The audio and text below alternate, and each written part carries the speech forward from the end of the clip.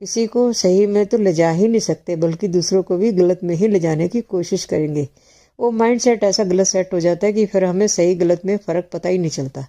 हमें फिर गलत ही सही लगने लगता है। और जो हम किसी के साथ भी गलत कर रहे होते हैं तो वो भी हमें गलत नहीं लगता, फिर हमें वो भी सही ही लगता है। मतलब हमारी सोच डिस्टर्ब हो जाती है, मतलब हमारी सोच गलत चली जाती है,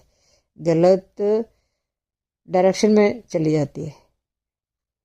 गलत दिशा में चली जाती है। तो हमें अपने आप को गलत डायरेक्शन से बचाने के लिए अपनी सोच को सही डायरेक्शन देनी होती है, ताकि हम खुद को भी सही में ले जा सकें और दूसरों को भी हम सही चीज़ों में डाल सकें, सही डायरेक्शन में, सही दिशा में ले जा सकें। तो इससे पहले ज़रूरी है कि हम खुद को सही में ले जा सकें, तभी हम अपने आसपास वालों की, अपने परिवार की, अपनी लाइफ की, अपने बच्चों की, अपने माँ बाप की हम ढंग से हेल्प कर पाएंगे, ढंग से उनकी लाइफ को चला सकेंगे, ढंग से उनकी लाइफ को चला सकेंगे, ढंग से उनकी लाइफ को चला सकेंगे, ढंग से हम अपनी लाइफ को चला सकेंगे। अदरवाइज़ हम फिर गलत ही चले जाएंगे। अगर हम सही चीज़ें नहीं सीखेंगे तो गलत चीज़ें सीखेंगे तो गलत में ही जाएंगे, और फिर हम अपने आसपास वालों का भी नुकसान कर देते, फिर हम अपने आसपास वालों का भी नुकसान करते हैं,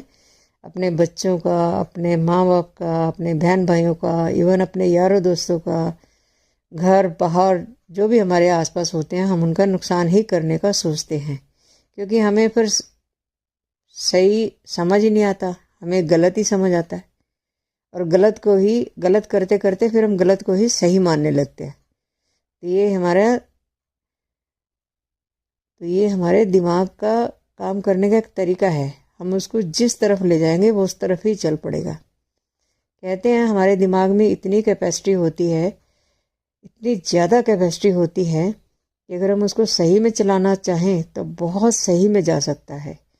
बहुत ही ज़्यादा सही में जा सकता है। लेकिन अगर हम अपने दिमाग को गलत में चलाना चाहें तो वो बहुत ही ज़्यादा गलत में जा सकता है, बहुत ही ज़्यादा गलत में जा सकता है। तो ये हमारी सोच पर डिपेंड करता है, या हमारे डिसीज़न पे डिपेंड करता है कि हम फिर क्या चूज़ करते हैं, हम किस दिशा को चुनते हैं, सही को या गलत को। तो यहाँ बहुत सोचने की ज़रूरत है कि अगर कोई रेप करता है तो उसकी गलती